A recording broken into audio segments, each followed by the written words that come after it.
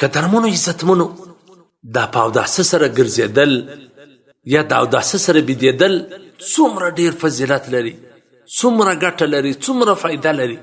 تاسې لږ واورئ. د پیغمبر علیه الصلاة وسلام فرمان من بات علی الوضوء مات شهیدا، رواه مسلم. کم څوک چې د شپې په اوداسه سره بیده سو او که په دا شپه کې دله مرګ راغلی نو دی شهید دی.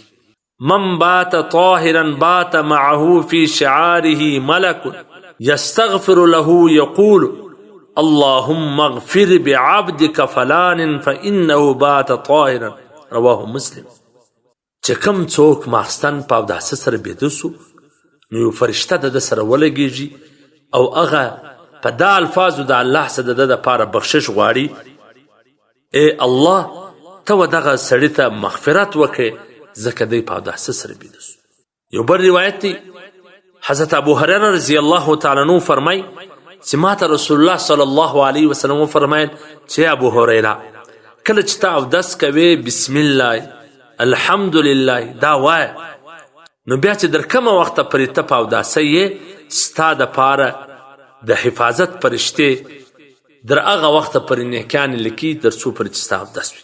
معارف الحدیث جلد نمبر 2 صفحه نمبر 15.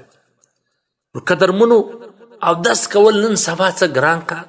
په هر مسجد کې اوبه بسیار، په هر کور کې ښه غسلخانې، ښه باترومان او ښه اوبه ډېرې، په یخ کې ګرمې اوبه وي، په ګرمي کې سمې اوبه وي. نو چې ښه په اوداسه بیده سي دا ټوله شپه به فرشته ستا و سر ته ولاړې دا دعا به کوي چې الله د دې بخشش وکړي. که په دغه شپه کې مرګ دله رالی شهید، سهار د کور راوځي اودس تازه کړه، ښه په اوداسه راوځه، فرشتې ستا دپاره نیکیانې لیکي.